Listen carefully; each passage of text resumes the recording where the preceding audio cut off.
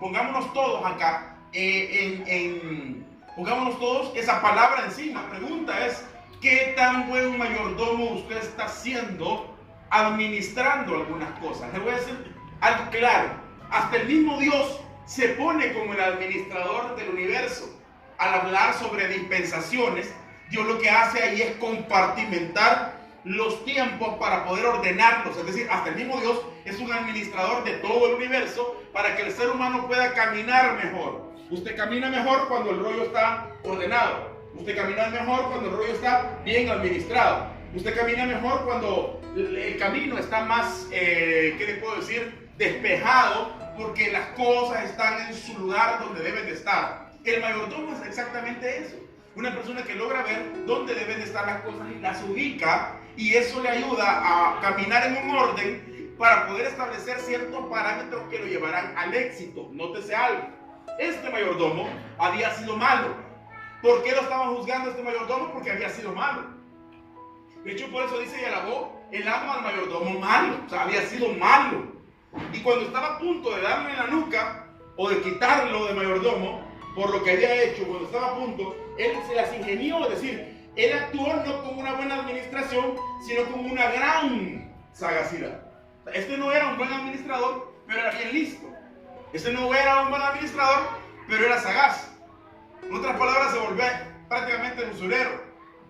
Este no era un buen administrador, pero logró hacer bien un negocio, por ejemplo.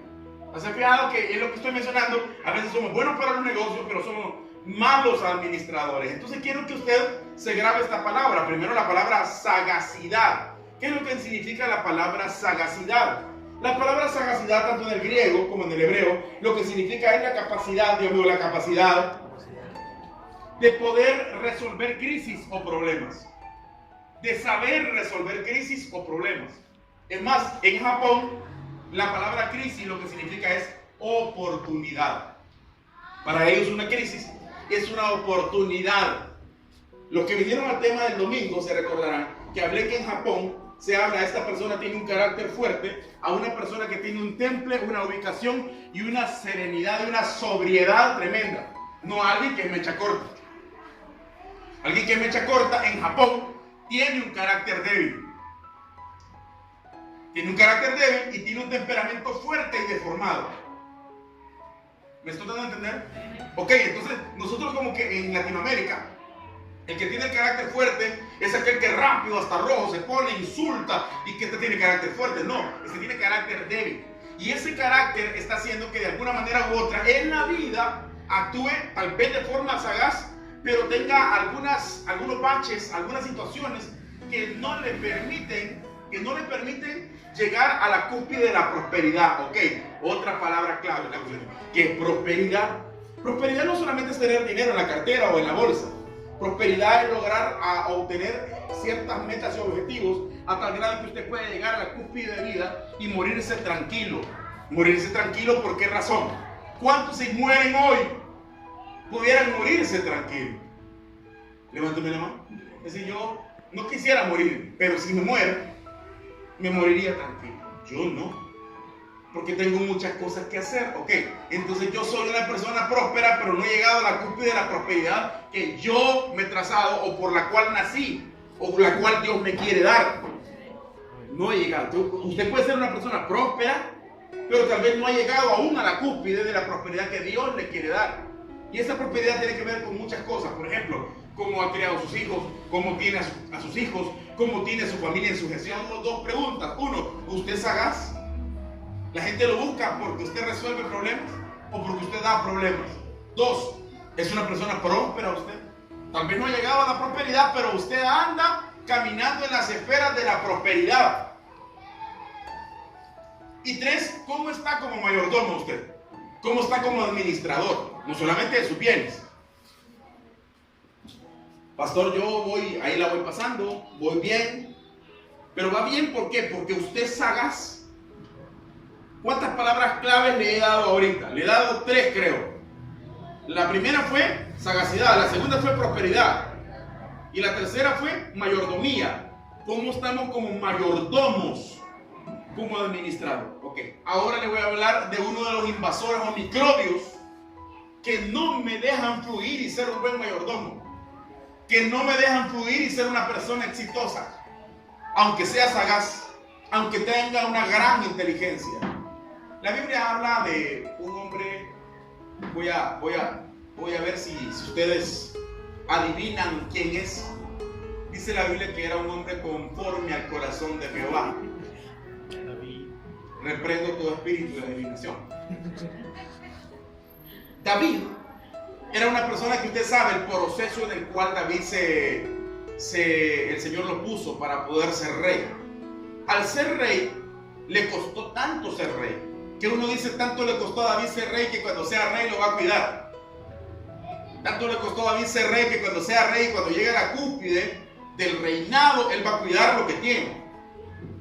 Pero hubo algo que al rey David siempre le desfavoreció y fue su debilidad de alguna forma por la mujer. Pero hubo una mujer en específico que fue prácticamente la debilidad de David.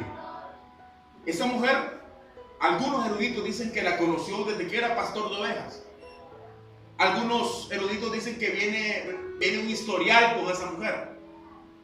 Y que cuando él ya era rey de Israel y la logra ver en el lugar donde el rey se paseaba y logra ver a esta mujer llamada Betsabé bañándose en el río, él trataba con Urías Eteo más que todo, que era el marido de los valientes de David. Urías Eteo era tres cosas: uno de los 30 mejores amigos de David, uno de los valientes de David y por ende el marido de Betsabé. Esas tres cosas era Urías Eteo. Y dice la Biblia que la mandó a llamar, fornicó con ella, la dejó embarazada.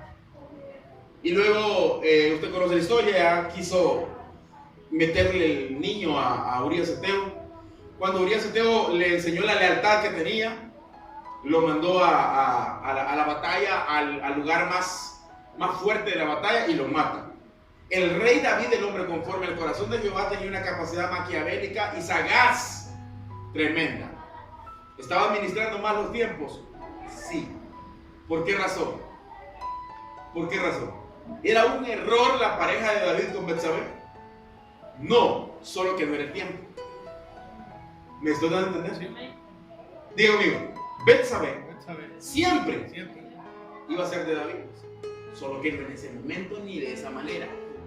Entonces David hace la mujer oficial a Betsabé.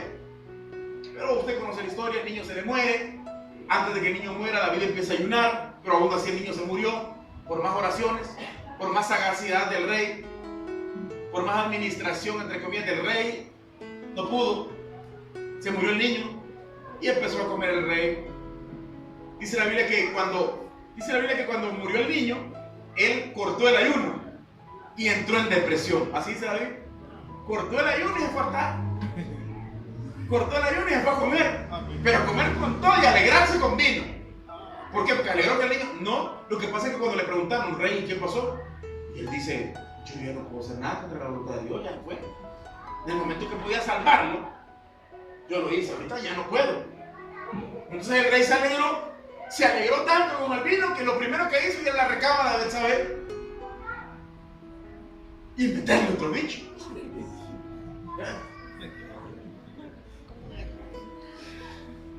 El problema que veo ahí es que Betsabé tenía un abuelo llamado Ahitofel, que era uno de los máximos asesores del rey David. Ahitofel era un hombre, digamos amigo, extremadamente sabio. Era sagaz, tan sagaz que casi todo le hacían los mandados. Ahitofel era tan sagaz que era totalmente proactivo. Ahitofel le salía adelante a todos. Si el rey David lograba salir adelante a mucha gente, era porque el rey David era inteligente y era proactivo, pero era porque tenía asesores como Ahitofel. A Ahitofel todo el mundo le hacía los mandados. Ahitofel era un cerebro tremendo, porque Ahitofel además era el doble de viejo de David, y por eso que era el doble de sabio que David. Me refiero a sabiduría humana, porque puede decir David era el ungido de Dios, sí, pero Ahitofel en sabiduría humana era tremendo, cabezón. Pero no un cabezón que sabe matemáticas, un cabezón que le puede salir adelante a quien sea. La guerra David la ganaba porque Ahitofel siempre le decía qué hacer. Y le decía, rey, con todo respeto, pero para mí hay que hacer esto, hay que hacer lo otro, hay que hacer lo otro. Y a Ahitofel no le pareció. ¿Por qué? Porque primero mataron a Urías Eteo, se dio cuenta de eso, Ahitofel. Segundo, se quedó con la hija, perdón, con la nieta, Betsabé, que a saber si era una de las nietas preferidas. Quizás sí. Y siendo una de las nietas preferidas, digamos que era así, se enojó. Se enojó tanto contra el rey David, que era su ídolo. El rey David era su ídolo hasta que pasó eso. Cuando pasó eso, se llenó de resentimiento y de amargura su corazón tanto, que dice la Biblia que llegó donde David y le pegó 2 trompones y se armó la guerra y se agarraron entre los dos. ¿Así dice la Biblia? No. Dice la Biblia que se quedó callado. ¿Por qué? Porque era un hombre tan sabio, que sabía que no le convenía hacerle la guerra al rey. Extremadamente sabio. No, o sea, ese tipo, entrar ahí, yo le pido un autógrafo, era sabio a morir. Pero el tipo guardaba amargura en su corazón. El tipo guardaba resentimiento en su corazón. Y el tipo dijo, no puedo hacerle nada porque es el rey, pero esta me las paga. Y llegará un momento y llegará una oportunidad donde yo voy a hacer que me las pague. Ahitofel siguió siendo el asesor de David, siguió siendo, ayudándole a David incluso. Tenía que tragarse el ver a su nieta con David, verla de la mano, verla en el trono. Me imagino que con resentimiento veía a la nieta y ya no quería hablar con ella, ya no le hablaba a la nieta. Se dirigía al rey, pero no se dirigía a la reina, porque él tenía cierto resentimiento con la nieta. Y con David también, pero no le convenía dejar de sonreírle. No le convenía dejar de hablarle como siempre le había hablado. Es más, no le convenía incluso ni dejar de ayudarle como le había ayudado. Pero dice la Biblia que los años pasaron. Y cuando los años pasaron, David sufrió muchas consecuencias, porque las consecuencias siempre del pecado se pagan. Porque empezó a haber mucha espada y mucho conflicto en la familia de él. Uno de los primeros conflictos que hubo es que su hermano o su hijo Amnón deseaba con todo el corazón a su hermana Tamar. La deseaba lujuriosamente, a tal grado que en un momento determinado no se aguantó y la violó a su propio hermano. No se aguantó y la violó. Absalón, que era su adoración Tamar, se enoja y cumple la venganza, ¿ok? No tan sagaz, porque David era sagaz, Absalón era más literal, y mata a su hermano Amnón. O sea, un conflicto familiar tremendo. Y se arma una guerra tremenda a tal grado que David, en un momento determinado, destierra a Absalón, lo manda para otro lado. Pero llega un momento donde lo mata para otro lado, lo excluye y dice, bueno, no puedo permitir eso. Pero ahí estaba también la mano de Ahitofel. Porque Ahitofel era uno de los asesores que le decía, por ejemplo, al rey, no te conviene tener a Absalón acá porque la gente dirá que tú tienes a un asesino cerca tuyo, aunque sea tu hijo. Te recomiendo que lo exilies un rato, después lo perdones.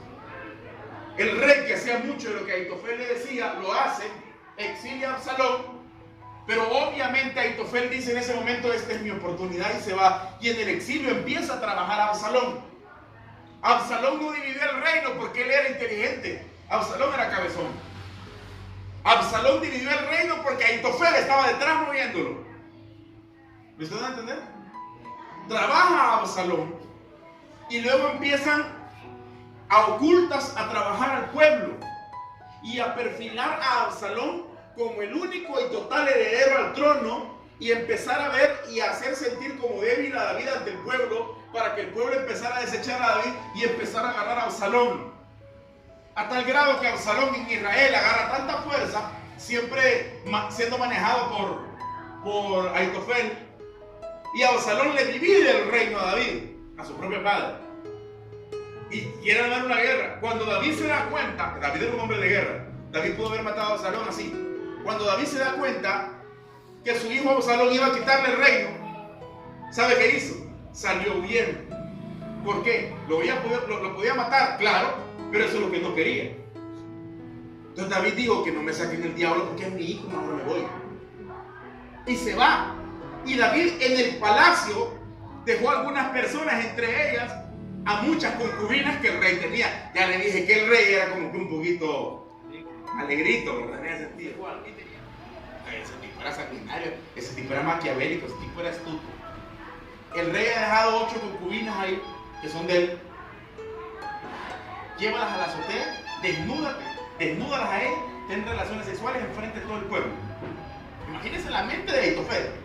Al hacerlo, la gente dirá, wow, Absalón está rompiendo con David. Entonces, ya que nosotros nos quedamos acá, lo que estamos haciendo es estar a favor de Absalón, ni modo, nos queda tomar partido. Imagínense la inteligencia de Aitofel. Y con 8 concubinas tiene relaciones sexuales enfrente del pueblo. Un show completo. Y Aitofel detrás de cámara. Porque existe poder detrás del trono, querido. Nosotros a veces vemos nada más el trono por detrás, no lo vemos. Aplaudiendo. El plan de Aitofel era más que eso. El plan de Aitofel era que llegara a oídos de David y que, como si había alguien, digamos, si había alguien que conocía al rey David, era Aitofel. Entonces Aitofel sabía exactamente cómo David se ponía con las circunstancias o con la situación. Y Aitofel sabía que David, uno de los temperamentos de David era melancólico. Por lo tanto, si David llegaba a los oídos que el hijo había tenido relaciones con su concubina, se iba a deprimir. Y así fue. David se da cuenta que el hijo había tenido y David se entristece. Entonces Aitofel dice, este es el momento. Porque el rey no está preparado, el rey no puede matar, pero ahorita no. El rey es bueno, es un hombre de guerra, pero ahorita no. Porque ahorita el rey la está llorando su concubina. Ahorita el rey al estar llorando su concubina. Este es el momento de atacarlo. ¿Y lo hubieran podido matar? Sí, pero como Dios estaba con David. ¿Por qué? A mí ni me pregunte. Dios estaba con David. Eso es lo único que sé. Que Dios estaba con David y punto. Dios no lo permitió. Ajá. Pero David era tan sencillo. Había un hombre llamado Usai. Usai o Usai, como usted le quiera llamar. Y ese hombre llamado Usai se quiso ir con David y era un hombre inteligente también, parecido a Aitofel, solo que más joven. Y David le dijo, no te vengas conmigo, quédate y hazle creer a Absalón que estás con él, pero me sirve de espía a mí. O sea, David había infiltrado a alguien ahí. O sea, que David tampoco era 5 yucas. Imaginen una película, es una película. David no había... Tampoco David era pasmado, o sea, David no era pasmado, David era astuto también. Entonces viene Usai y cuando ve que la propuesta de Aitofel era para matar al rey y lo hubieran matado, a Isaí le dice, rey, me recibes en la oficina, necesito consejería. Y Usai entra a la oficina de David y se sienta con David y le dice, rey, mi señor, ahora sí te tengo que decir algo con todo respeto. Aitofel, yo lo admiro. Pero te tengo que decir algo con todo respeto. Yo creo que la vejez ya lo está debilitando a él. Y te voy a decir algo. Este no es el momento para poder llegar donde David. Pero estar infiltrado. Este no es el momento. ¿Por qué? Porque tu padre es hombre de guerra. Tu padre no está deprimido. Ahorita es mentira. Aitofel está mal. Tu padre no está mal. Tu padre no va a estar esperando. Ahorita es cuando más bravo está tu padre. Tu padre ahorita está como una osa en celo. No te acerques, ahorita no te acerques. Yo te propongo algo. Reunamos al pueblo y luego con todo el pueblo le caemos y lo matamos. Ahí sí lo matamos. Absalón dice, tiene razón. Por una vez en la historia, Aitofel se equivocó. Te voy a hacer caso a ti, ya era Dios. Te voy a hacer caso a ti, le hace caso a Usai. Y Usai cuando ve que le van a hacer caso a él, rápido va donde los espías y le dice, anda a avisarle al rey que va a organizar el pueblo y que para organizar el pueblo necesita 3 días necesitaba. Entonces en esos 3 días David se preparaba bien y cuando cayeran David estaba bien preparado y David lo fulminaba. Y así fue. David vence al ejército de Absalón, hace una propuesta y una orden y dice, no me toquen a mi hijo, no me toquen a Absalón. Cuando Absalón se ve ya que había perdido, Absalón sale cabalgando, pero tenía un gran pelo. Y se le ve que Absalón queda trabado en una rama. Y hay un bicho y dice, ¿quién es? Príncipe. El rey dijo que no te matara. Y le llega a decir a Joab y le dice a Joab, ahí tengo al príncipe. Y yo creo que el rey quiere hablar con él. Y Joab le dice, ¿qué estás hablando tú? Hay que matarlo. No, el rey dijo que no, hay que matarlo. Y viene Joab y lo mata a Absalón. Y David todavía llora y dice, yo quisiera estar en el lugar de Absalón, mi hijo. O sea, David todavía llora. Y tanto mal que le había hecho, pero David llora todavía. Y cuando llega a oídos de Ahitofel, Ahitofel era tan, pero tan sagaz, inteligente y sabio, que dice, ahora sí me tocó. David ganó y ahora me toca, por traidor. Es más, ¿cómo le decimos a los traidores en esta época actual aquí en Latinoamérica? Bíblicamente hablando. Cuando usted le dice a alguien, sos un Judas, ¿qué le está queriendo decir? ¿Sabía usted que por mucho tiempo en Israel se le llamaba de esa forma a Ahitofel? Cuando alguien era traidor le decía, sos un Ahitofel, le decía. O sea, el nombre de Ahitofel fue tomado así como un Judas, un traidor. Ahitofel sabía que era un traidor. Entonces va Ahitofel y dice, David vendrá y David me volará la cabeza. Así que mejor me voy. Se va para su casa, se va para su lugar, su casa. Dice la Biblia que arregla sus cosas. ¿Qué quiere decir? Su herencia, pues. Y deja los papeles en regla y se da a atacar. Se suicida. Se suicida. Será tan inteligente que hasta eso digo, no, aquí ya no. Pastor, pero se fue para el infierno, lo que sea. Pero humanamente hablando era inteligente. ¿Por qué Ahitofel llegó a ese punto? Porque a pesar que era inteligente, sabio, exitoso, cerebro grande, nunca sacó de su corazón algo que es un invasor y veneno del éxito, y es el resentimiento. Cuando usted guarda algo en su corazón, no importa la inteligencia que tenga, no importa la prosperidad económica que tenga, tarde o temprano el resentimiento o el rencor le va a pasar la factura. Tarde o temprano. David no era 5 yucas también, porque David llega de regreso y viene gente como Mefiboset y le pide perdón por no haber seguido con él y le dice, tranquilo, te perdono. Y perdona a medio mundo, a todos los que lo dejaron y lo abandonaron y fueron, perdona a David, hombre conforme. Entonces usted puede ver que a pesar de todas las circunstancias, ser sagaz, tener trato con los demás, saber hablar con los demás, ser exitoso en algunas cosas de la vida, pero si guardas algo en tu corazón y tienes falta de perdón en tu corazón y a alguien no has perdonado, vas a fracasar en la vida. Yo le hago una pregunta: ¿cuántas cosas albergamos en nuestro corazón que no nos permite ver el éxito? Cosas pequeñitas que a veces ni siquiera nos damos cuenta. Pequeños invasores como Ahitofel, que el tiempo pasó, pero ahí quedaron. Y como ahí quedaron, en un momento determinado, automáticamente se estaba vengando. En un momento determinado, automáticamente lo estaba, maquiavélicamente lo estaba haciendo. Pero al final le pasó factura. El tema de hoy trata, y termino con esto, en que tú limpies tu corazón. Porque mientras no limpies tu corazón, la gloria de Dios, la prosperidad y el éxito de Dios nunca llegará. Amén. Vamos ahora. Gloria a Dios.